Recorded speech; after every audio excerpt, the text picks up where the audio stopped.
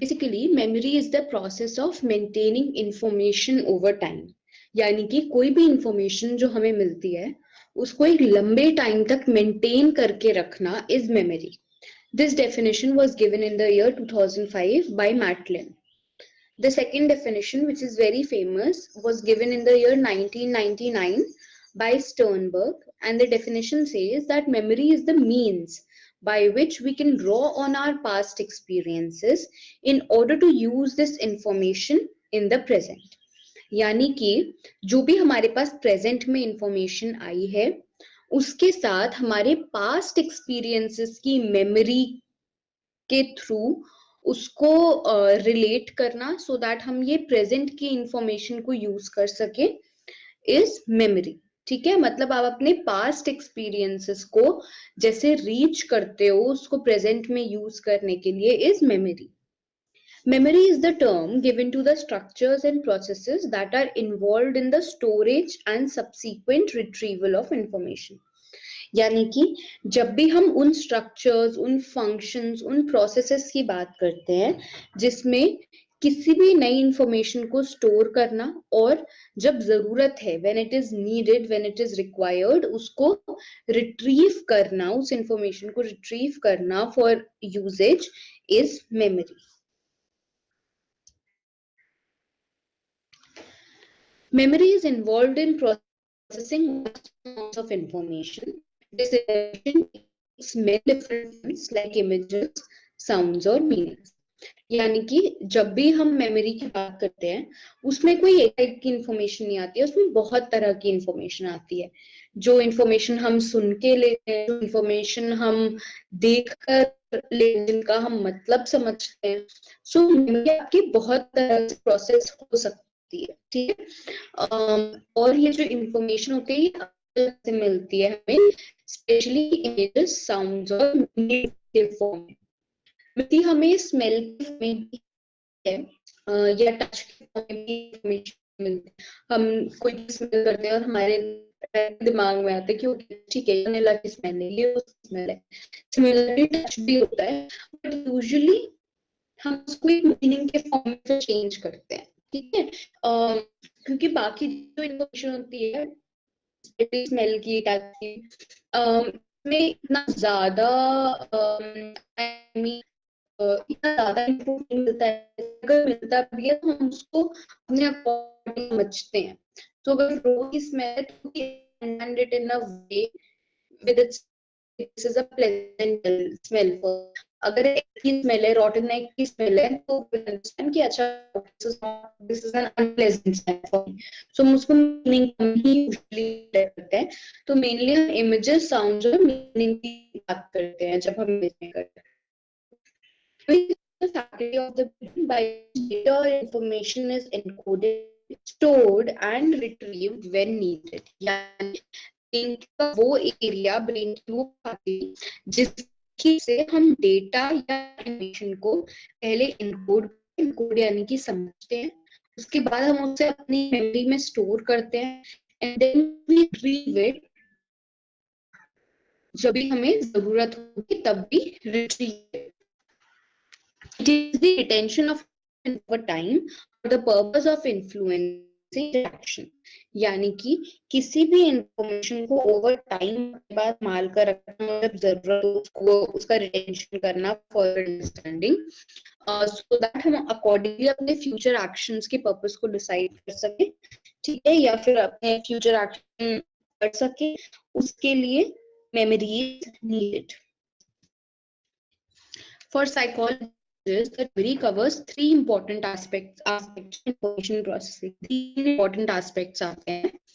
Incoming sensory information, जो कि पहले इनकोड होती है. ठीक है, इनकोड कैसे होगी? आपकी इंफॉर्मेशन अगर विजुअल स्टिमुलस की फॉर्म में है, वो इलेक्ट्रिकल सिग्नल्स की हेल्प से ब्रेन जाएगी. Our brain will understand that particular image and it will be converted into for storage. ठीक है, उसकी मीनिंग के हेल्प से. देन स्टोरेज होती है, यानी कि मेमोरी में हमारी इंफॉर्मेशन रिटेन होती है, and then when we need we retrieve it. तो थर्ड प्रोसेस हमारा रिट्रीवल होता है, that the information is retrieved from memory. Now the first is encoding. Encoding is the first stage of memory. As the term suggests, this is the stage of memory which accumulates all the information from the surrounding and encodes or stores it in our brain. यानी कि पहली चीज encoding हमारी first stage होती है memory की। ये जो स्टेज होती है, इसमें सारी की सारी इंफॉर्मेशन हमारे इन्वायरमेंट से, हमारी सराउंडिंग से एक्यूमुलेट होती है और हम उसको एनकोड करते हैं और स्टोर करते हैं अपने ब्रेन में। मतलब बेसिकली हम उसे समझते हैं पहले। The first is that we understand it first. The information we intake from the world around us is processed in three different forms. जो भी हम इंफॉर्मेशन लेते हैं अपने एनवायरनमेंट से, वो यूजुअली तीन फॉर्म्स में हो सकती है: visual, acoustic and semantic. Visual means pictures या इमेजेस के फॉर्म्स में, अकाउस्टिक यानी कि the information that we take in from our ears, something that we hear, so sound के फॉर्म में अकाउस्टिक इंफॉर्मेशन होती है। And the third is semantic. Semantic यानी कि जब हम किसी चीज को मीनिंग के फॉर्म में समझते हैं, ठीक है। In simple words, these different forms are how to get the information. यानी कि हम किसी भी इंफॉर्मेशन को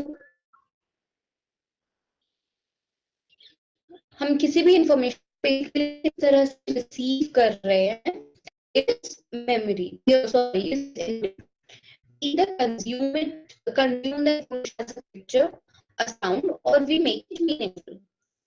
These three different are termed as visual, acoustic, and semantic. Encoding can also be defined as the process used to remember information. यानी कि वो process जिसकी, ठीक है, मैंने आपको एक एक्सपेरिमेंट की फोटो दिखाई थी। मान लो कंडीशनिंग का एक्सपेरिमेंट है, रैट एक केज में बंद है। मैंने आपको कुछ नहीं समझाया था, मैंने आपको बस वो फोटो दिखाई थी और उस पिक्चर में सब कुछ अच्छे से समझ आ रहा था कि इस एक्सपेरिमेंट में हो क्या रहा है, ठीक है। नाउ आपके दिमाग में वो एज इमेज स्टोर हुआ। कल आपका एग्जाम है, आपने कल जाकर के आपको क्वेश्चन मिला कि आपको वो कंडीशनिंग का एक्सपेरिमेंट लिखना है। Now you will remember the information that you learned the previous day in the form of image only, क्योंकि मैंने आपको इमेज दिखाई थी, आपको विजुअल फॉर्म में मिली थी, आपने विजुअल फॉर्म में रिसीव करी थी, तो आपको विजुअल फॉर्म में ही याद आएगा। लेकिन फिर आप बाद में उसको वर्ड्स की फॉर्म में चेंज करके लिख सकते हो या किसी को बता सकते हो, ठीक है। लेकिन यूजुअली हम जिस भी फॉर्म में लेते हैं, एनकोड करते हैं किसी इंफॉर्मेशन को, वो उसी फॉर्म में रिट्रीव भी होती है।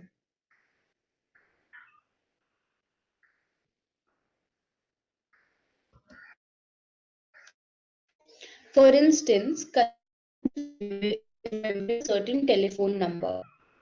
You're seeing it means it's visual coded, ठीक है। आपको टेलीफोन नंबर करना, तो आप उसको देख के विजुअल एनकोडिंग है। If you're repeating the number yourself, remember it, that is acoustic coding. मान लो आप बार बार बोल रहे हो 965432 198765432 तो आप बोल रहे हो उसको बार बार, verbally बोल करके उसको sound form में रहे हो। That is the acoustic. Likewise, if you perceive that the last three numbers of the telephone number are same, you are to it.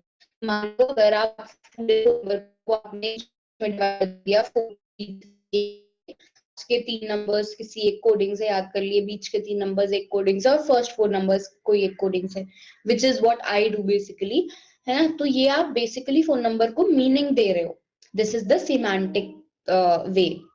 All three forms of encoding takes place so that you can remember that particular number. तीनों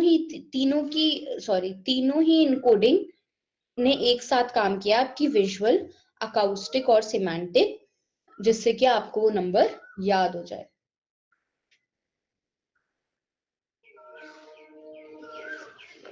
just a second.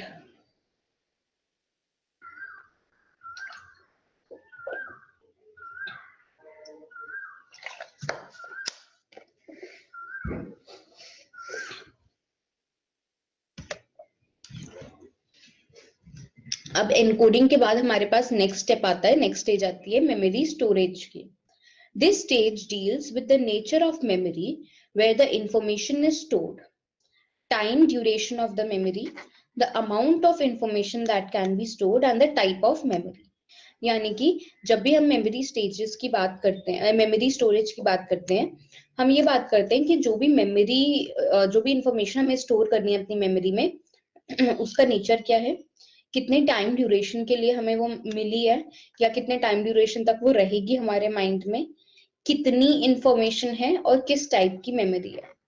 The manner in which information is stored directly effects the way in which information is retrieved. तो यानी कि जिस form में वो information, जिस तरह से वो इंफॉर्मेशन स्टोर हुई है हमारे माइंड में, उसी तरह से वो रिट्रीव भी होती है। सो फॉर एग्जाम्पल, मान लो मेमोरी स्टोरेज की बात कर रही हूँ मैं, तो कोई आपकी लाइफ की मेमोरी है जो बहुत ही पेन के साथ आपके, मतलब बहुत ज्यादा पेन से एसोसिएटेड थी, तो वो आपकी मेमोरी स्टोर में विद पेन ही गई है, विद हर्ट या विद पेन गई है। तो जब आप उसको रिट्रीव करोगे, वो उसी तरह से रिट्रीव भी होगी, आपको वही सेम पेन या सैडनेस फील होगा। शायद यही रीजन होता है कि जब हम अपनी पास्ट बुरे एक्सपीरियंसेस याद करते हैं तो हमें रोना भी आता है उनको बोलते हुए, या हमें बुरा लगता है, because we feel the same thing. ठीक है, तो जिस भी तरह से, जिस भी मैनर में एक इंफॉर्मेशन स्टोर हुई है, वो डायरेक्टली अफेक्ट करेगी कि किस इंफॉर्मेशन रिट्रीव।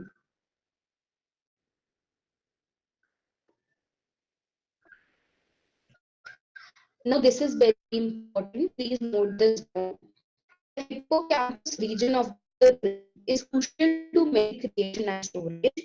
मतलब हमारे ब्रेन में हिप्पोकैम्पस जो होता है, हिप्पोकैम्पस का एरिया, वो मेमोरी के क्रिएशन या मेमोरी जब हमारी बनती है और उसके स्टोरेज, दोनों के लिए ही बहुत रिस्पॉन्सिबल, बहुत क्रूशियल है। A person with damage to often experience amnesia and may struggle to form new memories at that point in their lives forward. क्योंकि हिप्पोकैम्पस इम्पोर्टेंट रीजन अगर develop हो गया है, तो यूजुअली उसको amnesia होता है and may struggle और मेमोरीज ना मिल पाए। तो एग्जाम कि अगर एमनेशिया है तो ब्रेन का कौन सा पार्ट डैमेज हुआ है, मतलब मोस्ट प्रोबेबली कौन सा पार्ट।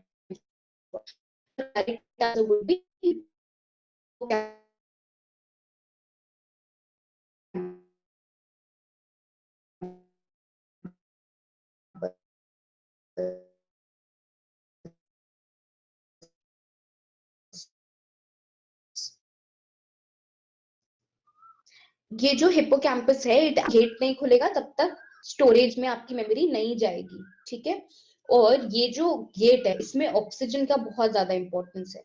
अगर आपके हिप्पोकैम्पस रीजन में किसी भी वजह से ऑक्सीजन कम है किसी पर्टिकुलर टाइम पर, तो उसकी वजह से भी आपकी मेमोरी उस टाइम पर डिस्टॉर्ट होती है। Person experiences hypoxia may have trouble with memory.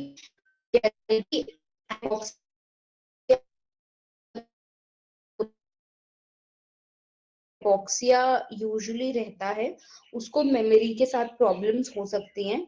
And वो लोग जिनको अल्जाइमर्स होता है, it has been seen in there, मतलब जब उनकी ब्रेन इमेजरी हुई है, तो it has been found that Alzheimer's के पेशेंट्स में यूजुअली उनके हिप्पोकैम्पस रीजन में काफी एक्सटेंसिव डैमेज मिला है, विच शोज दैट हिप्पोकैम्पस का बहुत ज्यादा रोल होता है in our memory and storage. Then there is memory retrieval. The retrieval refers to retrieving information out of our memory storage. यानी कि retrieval वर्ड से ही हमें पता चलता है कि रिट्रीवल का मतलब है कि हम अपने मेमोरी स्टोरेज में से इंफॉर्मेशन को वापस रिट्रीव कर रहे हैं या वापस निकाल रहे हैं। जो चीज हमने, जैसे क्या होता है, देखो आप लोग को जब जब विंटर्स आने शुरू होते हैं तो एक बक्से में आपके विंटर के क्लोथ्स होते हैं। आप वो बक्सा खोल करके या वो बॉक्स खोल करके, वो पर्टिकुलर अलमीरा खोल के अपने विंटर के क्लोथ्स निकालते हैं। तो आपने स्टोर करके रखे हैं ना एक अलमीरा में। सिमिलरली हमारे ब्रेन की अलमीरा में मेमोरी स्टोर होती है। व्हेन वी नीड इट, हम वो अलमीरा खोल करके उस पर्टिकुलर मेमोरी को निकालते हैं। ठीक है। सो अगर मैं आपसे पूछूं कि tell me the year in which India got its independence, तो you will open that particular अलमीरा and you will get out the information कि अच्छा कब हुए थे, कब मिला था इंडिपेंडेंस। ठीक है।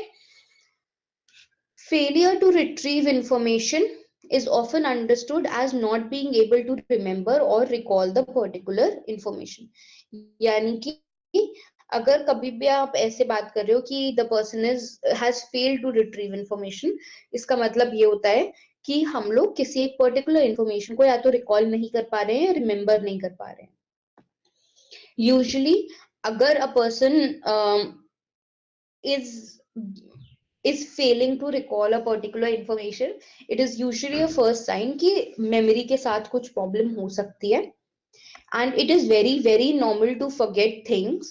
बहुत लोग, हम लोग अपनी डेली लाइफ में we forget a lot of things, लेकिन अगर आप बहुत ज्यादा चीजें भूल रहे हो या forgetfulness is something very common with you, then it is something that one should need to look upon, या फिर उसके लिए आपको किसी के पास जाने की जरूरत है। If it is physical in nature, organic है, तो आप एक डॉक्टर के पास जा सकते हो, एक न्यूरोलॉजिस्ट के पास जा सकते हो। And if it is psychological in nature, you should go and seek a psychologist और a clinical psychologist and even a psychiatrist. Just give me 1 minute, okay? I'll be back. Just give me 1 minute.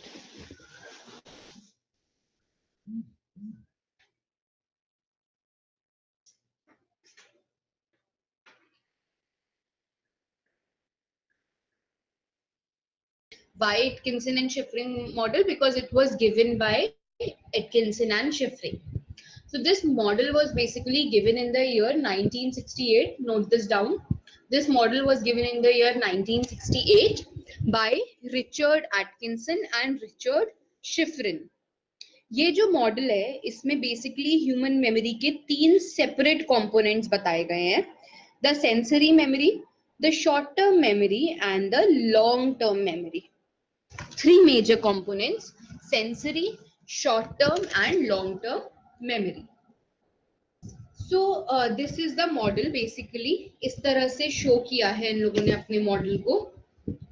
Basically सबसे पहले हमारे environment में से एक sensory input मिलता है, जैसे कि एक फ्लावर मान लो। ठीक है, कंसिडर अ फ्लावर। ये फ्लावर है, ये इनपुट फ्लावर की इमेज या फ्लावर की स्मेल मेरी सेंसरी मेमोरी में जाती है। अब 2 चीजें हो सकती हैं, या तो मैं उसको इग्नोर कर सकती हूँ, मैं अपने काम पे ध्यान दे सकती हूँ, या मैं उस पर ध्यान दे सकती हूँ। ठीक है, so I can either attend to it, मैं अपना अटेंशन उस पर फोकस कर सकती हूँ, या फिर I can leave it unattended. If I leave it unattended, आपकी मेमोरी सेंसरी मेमोरी से ही लॉस्ट हो जाएगी। ऑन द अदर हैंड, अगर आपने अटेंशन दिया तो आपकी अटेंशन से मेमोरी जाएगी आपकी शॉर्ट टर्म में। ठीक है, शॉर्ट टर्म में आपकी मेमोरी गई, आपने देखा कि ओके ये तो रोज है, ठीक है, दिस इज अ रोज और this is a lily may be. अब अगर आपने इस चीज पे, मतलब या हो सकता है आपने अपने फ्रेंड से पूछा कि ये क्या है, उसने बताया आपको रोज है। ठीक है, तो आपने अगर इस चीज पे रिहर्सल नहीं किया, रिहर्सल का मतलब क्या होता है, प्रैक्टिस टाइप। ठीक है, तो अगर आपने प्रैक्टिस नहीं किया तो शायद 10 दिन बाद अगर आपसे वो फूल दिखा करके पूछा जाए कि विच flower is this, which particular species of flower is this, that information would be lost. On the other hand, अगर आपने उसको मेंटेनेंस रिहर्सल किया तो मेंटेनेंस रिहर्सल से वो आपकी शॉर्ट टर्म मेमोरी में रुकी रह जाएगी। मेंटेनेंस रिहर्सल का मतलब क्या है कि आपने आता ओके रोज है, this is a rose, this is a rose, this is a rose, आपने बेसिकली उसको रट लिया। मेंटेनेंस रिहर्सल का मतलब होता है बेसिकली रटना, एक चीज को बार बार रिपीट करना, सो दैट वो आपके शॉर्ट टर्म में मेंटेन रहे, टिकी रहे, ठीक है। सो अगर आपने मेंटेन कर लिया तो ये आपके शॉर्ट टर्म मेमोरी में टिकी रह जाएगी। उसके बाद आप इसको अच्छे से समझते हो, एनकोड करते हो और ये आपकी लॉन्ग टर्म मेमोरी में जाती है। Then when you need it you can retrieve it. On the other hand ऐसा भी होता है कि मान लो आज आपको बताया, आपको याद भी हो गया रोज है, 10 दिन बाद पूछा आपको याद था रोज है, 2-3 साल बाद पूछा, मान लो रोज नहीं है यार, मान लो कोई बहुत वैसी सी ब्रीड है which is not very common, बहुत डिफरेंट टाइप की कोई स्पीशीज है फ्लावर की, ठीक है। सो अगर आपसे 2 साल बाद पूछा तो हो सकता है आप भूल गए हो। So with time some information is usually lost. The sensory memory,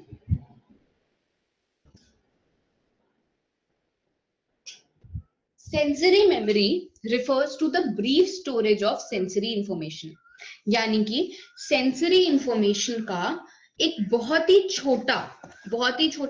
brief, यानी कि फॉर सेकेंड्स के लिए जो स्टोरेज होता है, आपको अपने आसपास अपने एनवायरनमेंट में से जो भी इंफॉर्मेशन मिल रही है उसका बहुत ही लिमिटेड टाइम के लिए, बहुत ही ब्रीफ पीरियड ऑफ बहुत ही ब्रीफ टाइम स्पैन के लिए जब वो आपके माइंड में स्टोर होती है, तो दैट इज सेंसरी मेमोरी, ठीक है।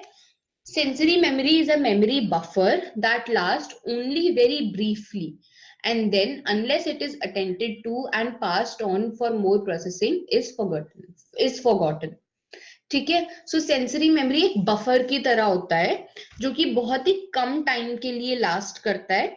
अगर आपने ध्यान दे दिया तो वो पास हो जाएगी आगे प्रोसेसिंग के लिए, वरना आप उसको भूल जाओगे, ठीक है। सो ये जो ब्रीफ पीरियड ऑफ टाइम होता है, जो भी कुछ सेकंड्स का टाइम होता है, अगर उसमें आपने इस पे अटेंड कर लिया, इस पे ध्यान दे दिया, तो वो आगे फर्दर प्रोसेसिंग के लिए जाएगा। Otherwise with in that time span of 1 to 3 seconds it will be lost. The purpose of sensory memory is to give the brain some time to process the incoming sensation. Purpose क्या है कि ये जो 1 second या 3-4 second का जो time है, इतना हमें मिल जाए कि हम उस चीज को समझ सके, ठीक है। हमारे ब्रेन को टाइम मिल जाए कि हम इस इनकमिंग इंफॉर्मेशन को प्रोसेस कर सके, and to allow us to see the world as an unbroken stream of events rather than as individual pieces, और हम अपने आसपास के वर्ल्ड को एक स्ट्रीम की तरह देख सके rather than अलग अलग पीसेस की तरह, ठीक है। सो एज अ होल देख सके, नॉट एज डिफरेंट पार्ट्स। अब हमारी जो सेंसरी मेमोरी होती है इसमें हम मेनली दो पढ़ते हैं, iconic memory and acoustic memory. Iconic memory हमारी विजुअल सेंसरी मेमोरी होती है। विजुअल सेंसरी मेमोरी मतलब सेंसरी मेमोरी जो कि इमेज के फॉर्म्स में, जो कि विजुअल है नेचर में, that is iconic memory. The iconic memory usually stage for around 1 second. Iconic memory का टाइम बहुत ही ब्रीफ होता है, it is usually 1 second. Please note this down कि आइकॉनिक मेमोरी को सबसे पहले स्टडी किया था जॉर्ज स्पर्लिंग ने। George Sperling was the first person to study iconic memory in the year 1960.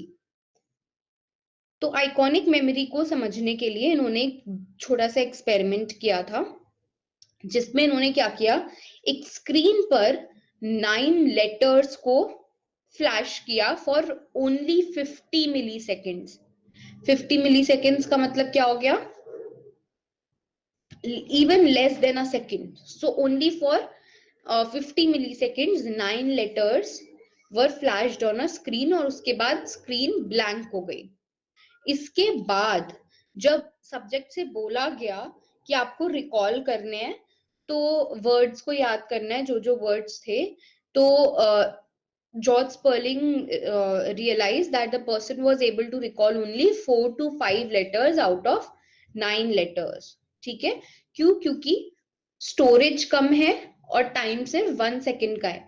Milli seconds में आपने दिखाया गया तो 1 सेकेंड बाद 2 सेकेंड बाद तक आप 4 या 5 वर्ड्स याद कर सकते हो, उससे ज्यादा आपको याद नहीं रहेंगे। और अगर मान लो आपको 10 सेकंड बाद तक भी याद है, तो वो इसीलिए क्योंकि जब फर्स्ट सेकंड पे आपको वो याद आए थे कि अच्छा मुझे ये लेटर्स दिखे थे, तब आपने उसको याद कर लिया कि अच्छा ठीक है, मुझे CKXY दिखे थे, मुझे CWKY दिखे थे। आपने उसको याद कर लिया, इसलिए वो आपको आगे 10 सेकंड्स तक भी याद रहा। अदरवाइज वो it usually loses after you usually lose it after 1 second. इसके सिवा we have auditory sensory memory. Auditory sensory memory को जैसे कि विजुअल को आइकॉनिक बोलते हैं, वैसे ही ऑडिटरी सेंसरी मेमोरी को इकोइक या अकाउस्टिक भी बोलते हैं। Just a second.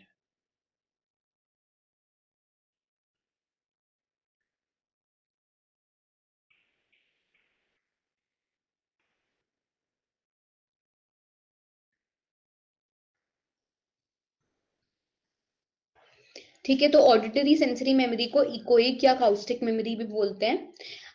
Iconic memory जो कि बहुत जल्दी डीके हो जाती है, बहुत जल्दी चली जाती है, उसके मुकाबले में इकोइक मेमोरी यूजुअली इनका टाइम थोड़ा ज्यादा होता है। It usually last for 3 to 4 seconds. Yeah, so as you can see in this picture, echoic memory is your memory for hearing. Duration is 4 seconds. And iconic memory is your memory for vision, and its duration is up to 1 second only. In some people, iconic memory seems to last longer. ठीक है, कुछ कुछ लोगों में एक iconic memory जो होती है, यानी कि विजुअल मेमोरी जो होती है, वो थोड़ी लंबी लास्ट करती है, जिसको हम बोलते हैं आइडेटिक इमेजरी या फिर फोटोग्राफिक मेमोरी। जिन लोगों में अपनी कुछ ज्यादा टाइम के लिए लास्ट कर जाती है, उसको हम बोलते हैं आइडेटिक इमेजरी या फिर फोटोग्राफिक मेमोरी। यानी इसका मतलब ये है कि ये वो लोग हैं जो ये कहते हैं कि उनको जो भी इमेज की डिटेल्स हैं वो एक लंबे टाइम तक याद रहती हैं। ठीक है, सो जैसे ही वो एक पेज देखेंगे या इमेज देखेंगे, they can remember even minute details of that image for a long time. These people that they can see an image long after it has been printed. यानी कि they can आपने एक image जब present करी, उसके बहुत लंबे time तक भी इनके दिमाग में वो इमेज रहती है। And they can often report accurately on that image. And it is not just that they claim that they can see it, they can actually, मतलब इट हैज बीन शोन कि जब उनसे पूछा गया कि अच्छा उस इमेज में क्या क्या था, उनको बिल्कुल एक्यूरेटली याद था। थोड़ी बहुत एविडेंस आइडेटिक मेमोरी की, ये जो आइडेटिक इमेजरी है हमारी, उसकी हियरिंग के फॉर्म में भी देखी गई है, लेकिन हियरिंग के फॉर्म में यूजुअली कम होती है, विजुअल फॉर्म में ज्यादा होती है। मतलब अगर बेसिकली बहुत रेयरली आपको ऑडिटरी मेमोरी आइडेटिक मिलेगी, यूजुअली विजुअल मेमोरी ही आइडेटिक होती है, इसलिए उसको फोटोग्राफिक बोलते हैं। अगर हियरिंग के केस में किसी में है, विच इज वेरी रेयर, अगर है तो यूजुअली दीज पीपल रिपोर्ट कि अगर इन्होंने कोई साउंड सुनी तो बहुत लंबे टाइम तक वो साउंड इनके कानों में गूंजती रहती है। ठीक है, they can still here it for a long time, it persist for a long time. अब इसके बाद एटकिंसन एंड शिफरिन मॉडल में 3 चीजें थी। सेंसरी मेमोरी हो गई, उसके बाद सेकंड है short term memory. Most of the information that gets into sensory memory is forgotten. यानी कि ज्यादातर इंफॉर्मेशन जो हमारी सेंसरी मेमोरी में जाती है वो हम भूल जाते हैं। क्यों? Why this is true? Because देखो, जैसे कि आप अपने डेली लाइफ में अगर आप कहीं नई जगह जा रहे हो तो आपकी आंखों के सामने कितनी सारी चीजें आती हैं, but are you able to remember each and every board sign that you passed on?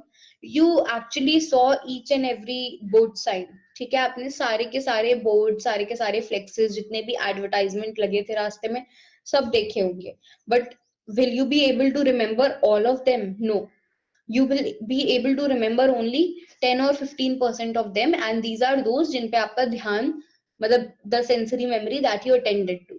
तो जिस पे भी हम ध्यान नहीं देते हैं, it is forgotten.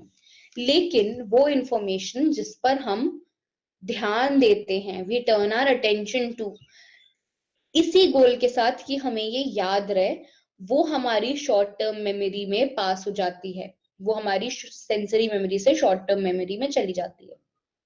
Short term memory वो प्लेस है जहां छोटी छोटी अमाउंट ऑफ इंफॉर्मेशन टेम्परेली आप उसको रख सकते हो कुछ सेकंड्स के लिए, बट यूजुअली 1 मिनट से कम। ठीक है, तो आप for 30 seconds, for 45 seconds, even for 50 seconds, we can keep an information in our short term memory, लेकिन 1 मिनट से यूजुअली कम होता है वो। ठीक है, this is our short term memory. Information in short-term memory is not stored permanently, but rather becomes available for us to process. And the processes that we use to make sense of, modify, interpret, and store information in STM are known as working memory. तो जो भी हम processes को use करते हैं कि हम अपनी शॉर्ट टर्म मेमोरी को समझ पाए, उसको मॉडिफाई कर पाए, उसको इंटरप्रेट कर पाए, अगर उस इंफॉर्मेशन को लंबे टाइम के लिए स्टोर करना है तो वो कर पाए, इन सारे प्रोसेसेस को हम बोलते हैं वर्किंग मेमोरी। ठीक है, लेकिन हमारी short term memory usually limited होती है। The digit span of most adults, ज्यादातर अडल्ट्स का डिजिट स्पैन यानी कि कितने नंबर ऑफ यूनिट्स, तो अगर मुझे एक यूनिट भी याद करना है या मुझे एक फोन नंबर याद करना है तो कितने नंबर्स हैं इन दैट फोन नंबर या anything, it usually lies between 5 to 9 digits with an average of about 7। तो इसको 7 प्लस माइनस 2 के मैजिक नंबर से जाना जाता है। जॉर्ज मिलर ने दिया था ये 1956 में। This is also known as Miller's magic number, 7 plus minus 2. So basically, most of the adults can remember an information which is between the numbers of 5 to 9. That is why 7 plus minus 2. 7 minus plus 2 is 5. Sorry, 7 minus 2 is 5 and 7 plus 2 is 9. So 5 to 9 chunks of information can be remembered in one go. Okay, this means one can store 5 to 9 pieces of information in their STM. हम अपने short term memory में 5 से 9 piece of information याद रख सकते हैं। तो इसीलिए अगर आपको मैं एक फोन नंबर दूं याद करने के लिए, आप उसको कभी भी पूरा एक गो में याद नहीं कर सकते, बिकॉज 10 डिजिट्स का फोन नंबर है और आपकी मेमोरी सिर्फ 5 to 9 डिजिट्स की होती है, तो आप उसको आधा आधा तोड़ लेते हो या 3 पार्ट्स में तोड़ लेते हो नंबर को और याद करते हो। ठीक है, this is why this happens, हम पूरा एक बार में 10 चंक्स याद नहीं कर सकते। अब यहाँ पर एक बहुत इंपॉर्टेंट कॉन्सेप्ट आता है सीरियल पोजीशन इफेक्ट का। ठीक है, ये बेसिकली एक एक्सपेरिमेंट पर बेस्ड है जिसमें एक लिस्ट दिखाई गई थी वर्ड्स की, मतलब एक लंबी सी लिस्ट थी बहुत सारे वर्ड्स की। इन वर्ड्स को स्क्रीन पर फ्लैश किया गया था एक एक करके, वन बाय वन, जैसे कि एप्पल लिख कर आया, फिर बॉल लिख कर आया, फिर कैट लिख कर आया, फिर कुछ लिख कर आया, ऐसे करके बहुत सारे वर्ड्स की एक लंबी सी लिस्ट दिखाई गई थी।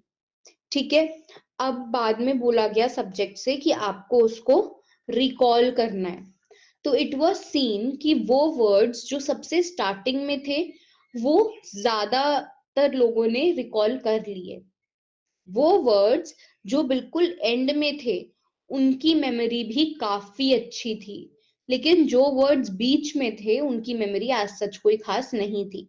सो मान लो अगर 50 वर्ड, मान लो अगर 20 वर्ड्स दिखाए गए तो स्टार्टिंग के 4 वर्ड्स बहुत अच्छे से याद थे, देन लास्ट के 4-5 वर्ड्स बहुत अच्छे से याद थे, बीच के वर्ड्स गायब थे या वो बहुत कम याद थे। So this is the graph that shows the experiment.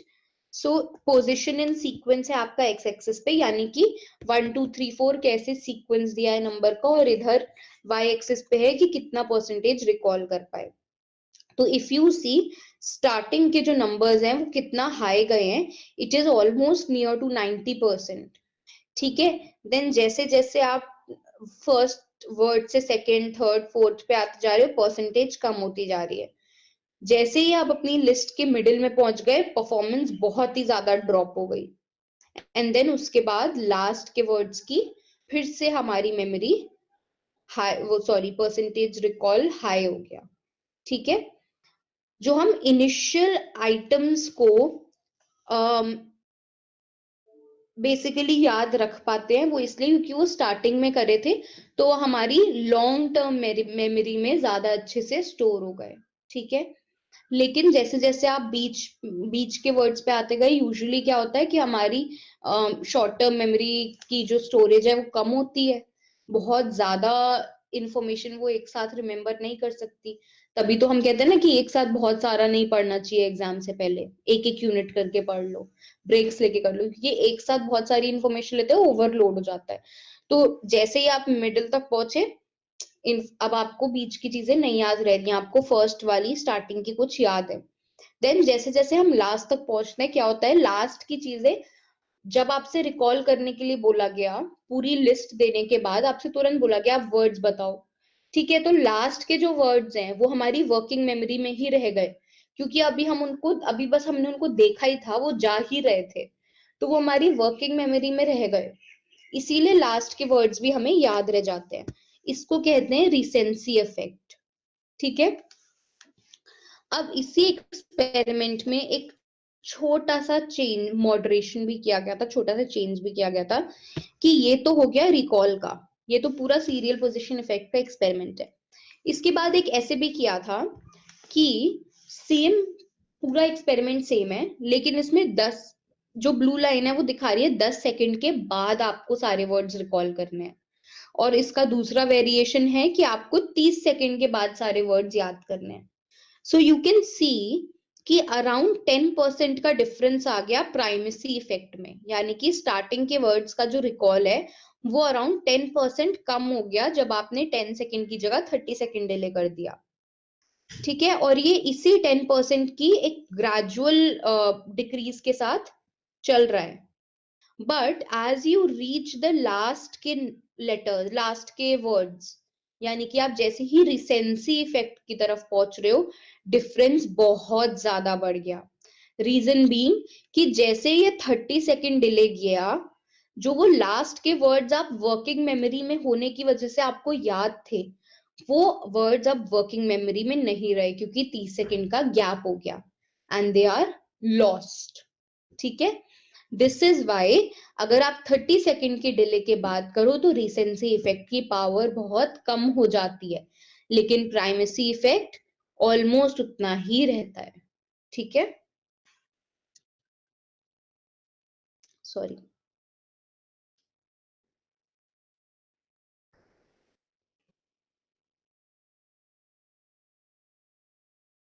पहले ये स्लाइड है, हाँ। तो ये जो टर्म है सीरियल इफेक्ट, ये हर्मन एबिंगहॉस ने दिया था। उन्होंने खुद पर ही स्टडी करी थी, उन्होंने खुद को ही लिस्ट दिखाई, खुद से उसको याद किया, देन रिकॉल करने की कोशिश करी। सो इन्होंने खुद पे स्टडी करके, खुद पे एक्सपेरिमेंट्स परफॉर्म करके ये पूरी थ्योरी निकाली थी, एंड इसका नाम दिया था सीरियल पोजीशन इफेक्ट। यूजुअली जो भी जिनको एमनेशिया होता है, उनकी लंबी लॉन्ग टर्म मेमोरीज नहीं बन पाती हैं। हाँ, उनकी लॉन्ग टर्म मेमोरीज नहीं बन पाती है, जिसकी वजह से वो लोग प्राइमेसी इफेक्ट नहीं शो करते, लेकिन उनका रिसेंसी इफेक्ट बहुत अच्छा होता है अगर इमीडिएट रिकॉल है, यानी कि 10 सेकेंड्स और 30 सेकेंड्स का रिकॉल नहीं है, अगर इमीडिएट रिकॉल है, तो जिनको एमनेशिया होता है उनका रिसेंसी इफेक्ट यानी कि लास्ट के वर्ड्स का जो रिकॉल होता है बहुत अच्छा होता है, लेकिन प्राइमेसी इफेक्ट उनमें नहीं दिखता, वो लोग स्टार्टिंग के वर्ड्स रिकॉल नहीं कर सकते। सो फॉर एग्जाम्पल, अगर कोई एक XYZ पर्सन है जिसको एमनेशिया है, उसको मैंने एक लिस्ट दी, तो 25 वर्ड्स की अगर लिस्ट है तो उसको लास्ट के 4-5 वर्ड्स याद रहेंगे, बाकी वो पूरी लिस्ट भूल गया होगा। ऐसे ही वो जो एल्जाइमर्स हैं, जिनको एल्जाइमर होता है, ठीक है, उनमें भी प्राइमेसी इफेक्ट काफी ज्यादा रिड्यूस हो जाता है, उनको भी स्टार्टिंग के वर्ड्स नहीं याद रहते, लेकिन उनका recency effect, what do not produce, sorry, या उनको उनका प्राइमेसी इफेक्ट काफी कम हो जाता है, लेकिन रिसेंसी इफेक्ट उनका होता ही नहीं है, उनको लास्ट के वर्ड्स याद रहते ही नहीं है। One way to prevent the decay of information from short term memory. So now the serial position effect is वाली studies over. अब यूजुअली वापस शॉर्ट टर्म मेमोरी पर आते हैं। जो हमारी शॉर्ट टर्म मेमोरी है उसमें से इंफॉर्मेशन ना डिके हो, उसके लिए हम कुछ चीजें कर सकते हैं, जैसे कि जो भी हमारी इंफॉर्मेशन है वर्किंग मेमोरी में उसको हम रिहर्स करते रहें। उसको रिहर्स करने से क्या होता है, या तो वो हमारे शॉर्ट टर्म मेमोरी में ही, हमारे एसटीएम में ही,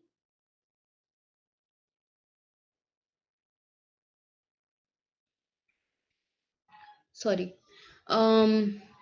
व्हाट वाज हाँ, या तो वो हमारे शॉर्ट टर्म में ही मेंटेन होके रह जाती है फॉर सम टाइम, या फिर वो हमारे लॉन्ग टर्म में चली जाती है रिहर्स करने से। नाउ मेंटेनेंस रिहर्सल का मतलब होता है कि इंफॉर्मेशन को अपने आप अपने मन में मेंटली रिपीट करते रहना, या फिर जोर जोर से बोल करके रिपीट करना, जो कि क्योंकि हमारा गोल क्या होता है कि हम उसको बस मेमोरी में किसी तरह कुछ टाइम के लिए संभाल के रख लें। ठीक है, ये होता है मेंटेनेंस रिहर्सल, जो बेसिकली यूजुअली जो लास्ट डे स्टडी करते हैं एग्जाम के लिए वो लोग यही कर रहे होते हैं। ठीक है, या फिर जो हम जब हम रटते हैं, हम चीजों को क्रैम अप करते हैं, तो हम एक ही चीज को 5-5 10-10 बार इसलिए बोलते हैं कि वो हमारे शॉर्ट टर्म में मेंटेन हो जाए। Sorry, we engage in maintenance rehearsal to keep something that we want to remember. हम maintenance rehearsal बहुत extensively करते हैं, किसी का नाम याद करने के लिए, ईमेल एड्रेस याद करने के लिए, फोन नंबर याद करने के लिए। ठीक है, हम काफी ज्यादा यूज करते हैं जिससे कि हमें बस इतनी देर तक याद हो जाए कि हम उसको लिख लें या यूज कर लें, या फिर उसको हम लॉन्ग टर्म मेमोरी में ट्रांसफर कर लें। तो ठीक है, जैसे अगर आपके पास किसी का फोन आया है और वो आपको ये बता रहे हैं कि आपको ये नंबर नोट करना है, अब आपको आपके पास कुछ नहीं है लिखने के लिए, तो आप क्या करोगे, आप जैसे वो नंबर बोल रहे हैं आप उस नंबर को अपने माइंड में रिपीट करते रहोगे, फिर उसको रिपीट करते, फोन कटने के बाद भी आप उसको रिपीट करते रहोगे जब तक आपको पेन ना मिल जाए। जैसे ही पेन मिलेगा आप उसको लिख दोगे and then it is done, the task is done. Now हमारा अच्छा, मेंटेनेंस रिहर्सल के सिवा आई थिंक इसमें मेंशन करना भूल गई हूँ, there is one elaborative rehearsal also. Elaborative rehearsal का मतलब होता है कि हम चीजों को बेसिकली समझते हैं, उसको रिलेट करते हैं जो हमारे पास पुरानी इंफॉर्मेशन है उसके बेसिस पर। ठीक है, उसको समझते हैं, उससे मीनिंग एक्सट्रैक्ट करते हैं। तो अगर जैसे मैंने अभी आपको मेंटेनेंस रिहर्सल का एग्जांपल दिया, तो आपने शायद उसको अपनी किसी मेमोरी के साथ रिलेट किया होगा, इस चीज को समझा होगा कि अच्छा मेंटेनेंस रिहर्सल क्या होता है। हो सकता है आपने अपने मन में कोई और भी अच्छा सा एग्जांपल सोचा हो कि अच्छा हाँ ये भी तो मेंटेनेंस रिहर्सल होता है।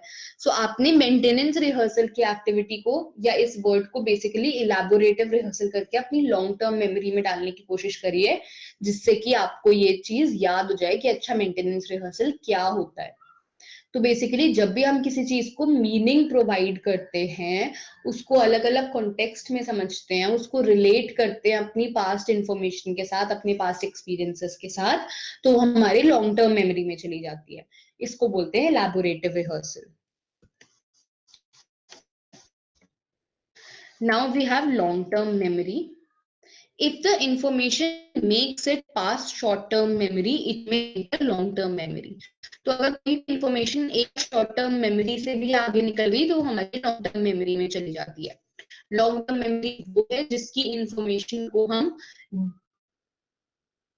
कई महीनों और कई बार इवन वीक फॉर इयर्स।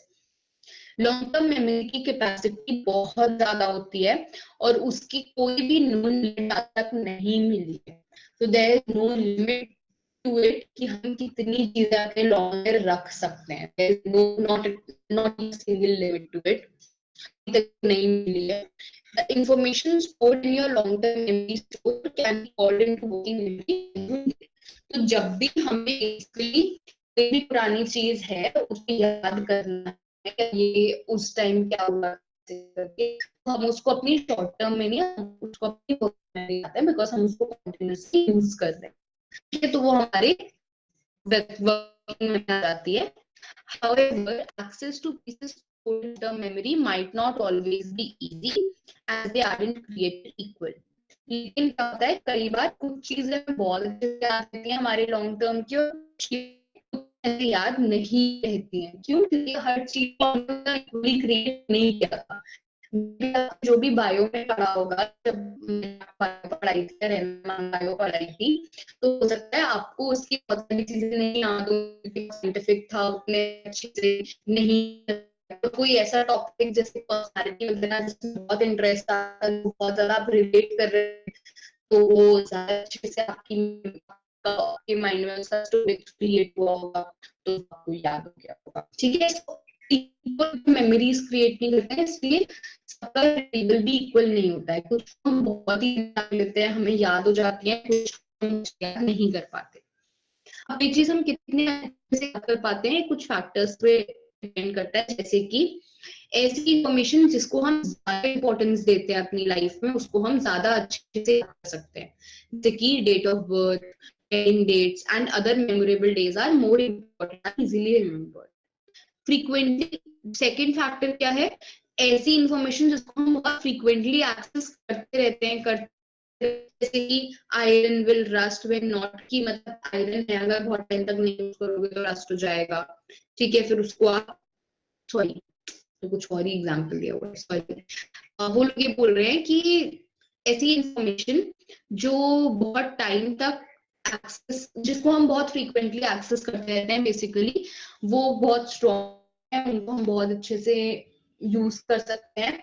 जैसे कि फॉर एग्जाम्पल, अगर आप कोई टॉपिक बार बार पढ़ो, फ्रीक्वेंटली पढ़ते रहो उसके बारे में, तो आपको ज्यादा अच्छे से याद हो जाता है, ज्यादा अच्छे से आप उसको एक्सेस कर सकते हो। मेमोरी आयरन की तरह होते हैं, जो यूजुअली अगर बहुत टाइम तक यूज ना करो तो रस्ट हो जाता है, उसमें जंग लग जाती है, एंड देन हम उसको ज्यादा अच्छे से यूज नहीं कर सकते। सो अगर आपने कोई अपनी लाइफ की मेमोरी बहुत टाइम तक एक्सेस ही नहीं करी, तो शायद आपको ना याद हो, बट अगर आप उसको फ्रीक्वेंटली एक्सेस करते रहते हो तो वो आपको अच्छे से याद होती है। अब लॉन्ग टर्म मेमोरी को भी हम दो टाइप्स में डिवाइड कर सकते हैं, declarative and procedural. Declarative memory, वो डिक्लेरेटिव मेमोरीज को हम एक्सप्लिसिट मेमोरीज भी बोलते हैं। एक्सप्लिसिट, हाँ, इसके दो नाम है, एक्सप्लिसिट एंड डिक्लेरेटिव। इसमें वो सारी मेमोरीज आती हैं जो हमारे कॉन्शियसनेस में अवेलेबल है। कॉन्शियसनेस में अवेलेबल का मतलब ये नहीं है कि हमें एक साथ याद है, बेसिकली लॉन्ग टर्म में, और हमसे पूछा जाए तो हम उसको कॉन्शियसली बता सकते हैं। जैसे कि मैंने आपसे पूछा था कि इंडिया कब इंडिपेंडेंट हुआ, या फिर हमारा कॉन्स्टिट्यूशन कब बना था, ठीक है, या फिर ओके किसने रूल किया था इंडिया पर। सो ये सारी चीजें आपकी अवेयरनेस में है, आपको पता है कि आपने याद करके, तो आप इन्हें बता सकते हो बोल करके, वर्बली या रिटन में, you can explain it to me. इसमें सारे फैक्ट्स, इवेंट्स, हमारे एक्सपीरियंसेस, आपकी लाइफ के, नॉट जस्ट सिर्फ ये इंडिया की हिस्ट्री और ये सब नहीं, आपकी अपनी मेमोरीज, आपके एक्सपीरियंसेस, ये सब कुछ डिक्लेरेटिव या एक्सप्लिसिट मेमोरीज में आता है। इसके सिवा we have procedural memory also. Procedural memory को हम इम्प्लिसिट मेमोरीज भी बोलते हैं।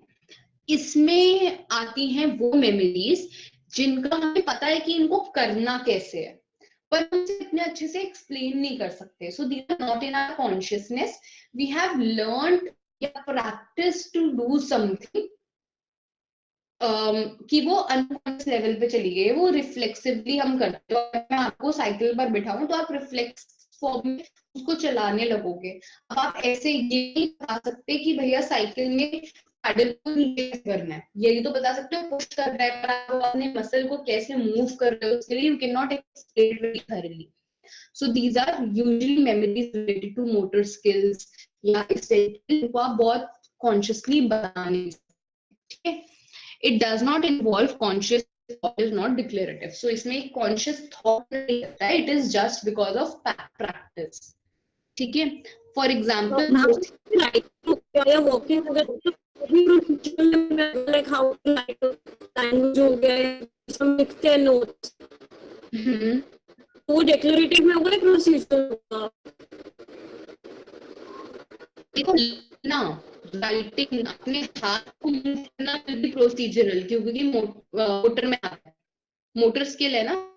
तो आप कैसे हैंड को अपने मूव कर रहे हो लिखने के लिए। जैसे अगर मैं आपसे बोलूंगी कि आप प्रोसीजरल मेमोरी लिखो कॉपी पे, तो आपको सोचना नहीं पड़ेगा पी कैसे बनता है, आर कैसे बनता है, फिर ओ कैसे बनता है, ऑटोमेटिकली आपका हाथ चल जाएगा। So that is motor procedural होगी। लेकिन अगर मैं कह रही हूँ कि आप ये सोच करके अपना कोई एक्सपीरियंस लिखो, तो जो आप याद कर रहे हो दैट इज योर डिक्रेटिव मेमोरी, लेकिन जो आपका हाथ चल रहा है दैट इज प्रोसीजरल। ठीक ओके। है। अब जो हमारी डिक्लेरेटिव मेमोरी है दो टाइप की होती है again, semantic and episodic. Semantic में सारे के सारे ऑब्जेक्ट आते हैं, आपके सारे फैक्ट्स आते हैं। ठीक है, जैसे कि स्काई ब्लू होता है, आइस ट्रांसपेरेंट होती है, water is liquid, ice is solid, it is vapour. ठीक है, इस टाइप की चीजें। ऑल ऑफ दीज फैक्टर्स, चीजों के नाम, ऑब्जेक्ट्स के नाम, all of this is semantic. Episodic आपकी लाइफ के एपिसोड्स होते हैं ना, जैसे एक मूवी याद जाती है एपिसोड के फॉर्म में, अपनी लाइफ के एपिसोड फॉर्म में याद होती है। तो हमारी जो भी मेमोरी है स्पेसिफिक इवेंट्स को लेकर के, दैट इज एपिसोडिक मेमोरी। ठीक है, ये अगर नहीं है बट मैं बोलती हूँ तो सुन लो। मेमोरी, लॉन्ग टर्म मेमोरी हमारी mainly declarative and non declarative. ठीक है, या फिर प्रोसीजरल। डिक्लेरेटिव हम को बता सकते हैं। ठीक है, जैसे कि, और ये हिप्पोकैम्पस डिपेंडेंट होती है, यानी कि ये हिप्पोकैम्पस से रिलेटेड है। अगर हिप्पोकैम्पस इफेक्ट हुआ, अगर हिप्पोकैम्पस आपका किसी वजह से काम करना बंद कर देता है, तो डिक्लेरेटिव मेमोरी जाएगी। नॉन डिक्लेरेटिव हिप्पोकैम्पस इंडिपेंडेंट होती है, यानी कि अगर आपके सर पे अगर आपका हिप्पोकैम्पस किसी वजह से खराब भी हो गया या उस पे चोट भी लग गई, तो भी आप लिखना मोस्ट प्रोबेबली नहीं भूलोगे, until unless कुछ ऐसे रीजन पे लग गए हो जो non declarative motor skills related, तो आप लिखना भूल जाओगे कैसे लिखते हैं। लेकिन यूजुअली हिप्पोकैम्पस का चोट लगे तो आप लिखना नहीं भूलोगे, आप हाथ फिर भी चलेगा, you can still write letter, you can still write. ठीक है, दैट इज नॉन डिक्लेरेटिव। इसमें वो मेमोरीज आती है जिनको we can only show by doing it, we can not tell it to someone. Now, declarative is of two types. Episodic, for example, remembering your first day of school, and semantic, which is like knowing the capital of France. So, episodic आपका storage होता है cortex में, हमारे brain की cortex में storage होता है episodic memories का। अगेन सिमेंटिक का भी स्टोरेज कहाँ है, कॉर्टेक्स में। Okay? Now, non-declarative is mainly of three types. First is skill learning, जैसे कि knowing how to ride a bicycle और knowing how to write। इसका स्टोरेज होता है बेसल गैंग्लिया में, मोटर कॉर्टेक्स में एंड सेरिबेलम में। ऑब्वियसली मोटर कॉर्टेक्स होगी बिकॉज मोटर स्किल से रिलेटेड है skill learning. Then there is priming, यानी कि कोई वर्ड जो हमने अभी नया नया सुना है वो ऑटोमेटिकली हमारी लैंग्वेज में फ्रीक्वेंटली हम यूज करने लगते हैं। ठीक है, सो फॉर एग्जाम्पल अगर मान लो मैं एक ऐसे ग्रुप में रहती हूँ जहां पर सारे लोग बहुत ज्यादा गाली देते हैं, ठीक है, तो मेरी भी आदत हो जाएगी वही सेम टाइप की अब्यूजेस अपनी डेली लैंग्वेज में यूज करने की। This is priming. इसका स्टोरेज अगेन होता है कॉर्टेक्स में। देन देयर इज कंडीशनिंग, जो हम चीजें लर्निंग से सीखते हैं, जैसे कि खाना आया तो सलाइवेट करना। जैसे ही हमारी घर की डोरबेल बजती है, हमें सोचना नहीं पड़ता कि अच्छा हमें उठ करके कि अच्छा डोरबेल का मतलब होता है कि कोई आया है, कोई आने का मतलब होता है कि उसको गेट खोलना है, गेट खोलने का मतलब होता है कि मुझे उठना है, इतना नहीं सोचते हो। डोरबेल बजी, you directly know that you have to go and open the door. ठीक है, सो ये जो कंडीशनिंग है इसका, ये this is also a procedural memory, इसका स्टोरेज है सेरेबेलम में। क्लियर?